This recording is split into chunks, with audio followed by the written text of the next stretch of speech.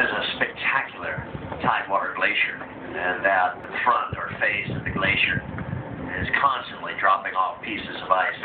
About every 15 or 20 minutes, this glacier has a tendency to calve, give birth to a new piece of ice that floats away to the sea.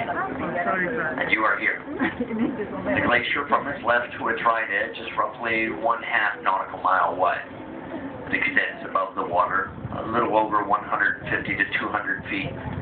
The left edge in particular, that big blue face that you see, extends up the better part of 250 feet. The glacier itself is most impressive below the waterline. There's another probably 450 to maybe 600 feet of ice below the water.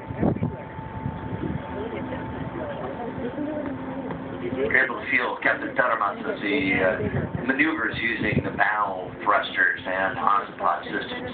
He's using the thrusters to actually push the ice out of the way left and right as he maneuvers and brings us to this amazing location.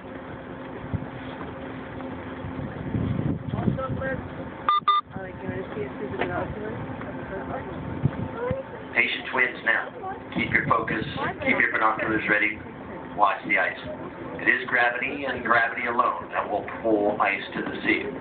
We could make as much noise as we want. We could fire a cannon into the wall of ice, and that's not going to change things. It is gravity and the internal pressures that will pull the ice to the sea to create a calving, the birth of an iceberg. On the surface of the glacier, we're able to see now the dust and debris and material that's out before us. The result of a summer worth of winds and breezes down melted. On that surface, for those of you that go exploring up on the Mendenhall Glacier and the Juneau Icefield later today, you'll have that opportunity to dig around in the ice. Within it, you may find what is known as ice worms, a very small, half-inch long annelid that uses the top 3 inches of ice to feed on the pollen and dust that flows out onto the surface. Robert Service wrote a ballad of the ice worm cocktail. He was not lying to you. There is a worm that uses the top few inches of the ice. Its temperature tolerance is roughly 1/2 of a degree Fahrenheit. On an overcast day like this, the ice worms, which have a reddish color, will migrate towards the surface. On a bright sunny day, they'll migrate downward.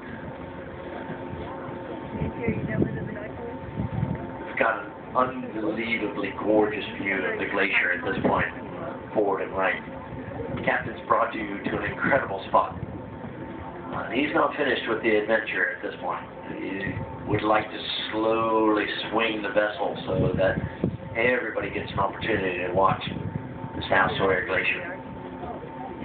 We have been blessed on several different occasions with some pretty impressive calvings and births of icebergs. That far right side that you see with that big blue wall there, big overhang that's sitting up high. Hopefully we'll get lucky. Patience wins now.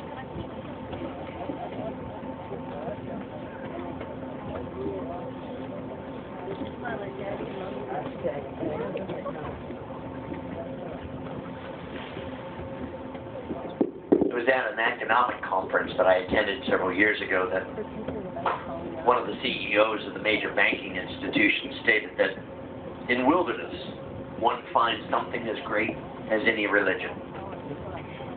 At that point, he had everybody's attention. He went on to say that wilderness is a source of life for everything in this world. In wilderness, nature gives us billions of gifts each day, which in turn creates billions of dollars of income in our society. Therefore, we cannot afford to lose wilderness.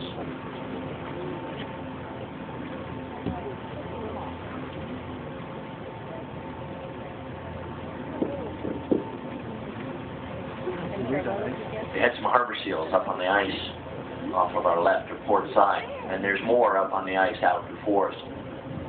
Our patience wins. There are a lot of harbor seals swimming in the water all around us.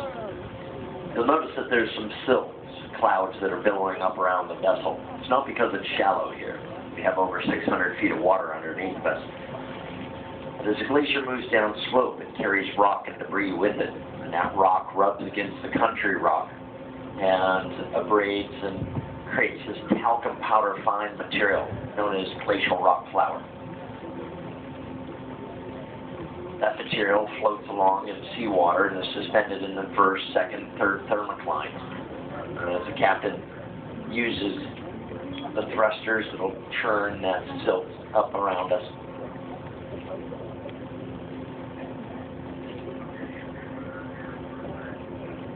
These next few moments, the St. Nicholas will come along on the left at port side, and our guests are going off on their own Tracy arm adventure. We'll transfer over. If you've got some friends that are joining the St. Nicholas, you might want to come over to the left side to get some photos as they sail away and go exploring here.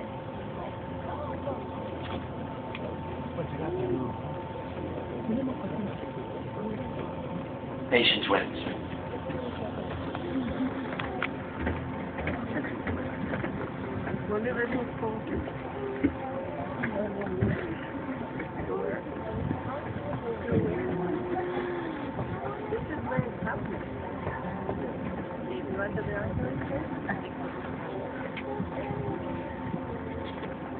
It was Terry Moore back in 1994 that penned this piece called Alaskan. He said, "Speak to me in the voice of the north wind, with the Willowaw's ancient souls, of Kalatuya's tales and explorer's tales, and sourdoughs and mountains of gold.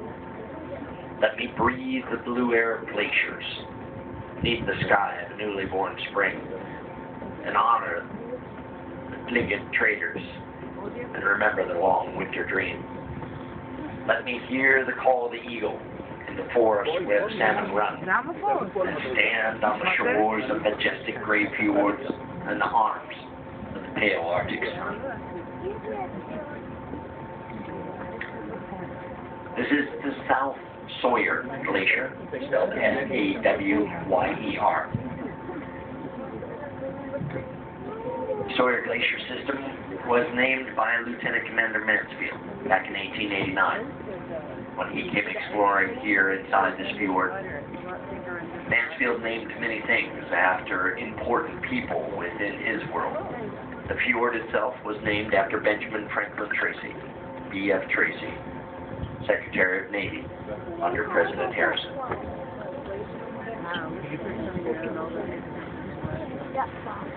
Let's watch. See what happens here at the South Sawyer Glacier. Sometimes we get amazing rewards. Sometimes we get amazing gifts.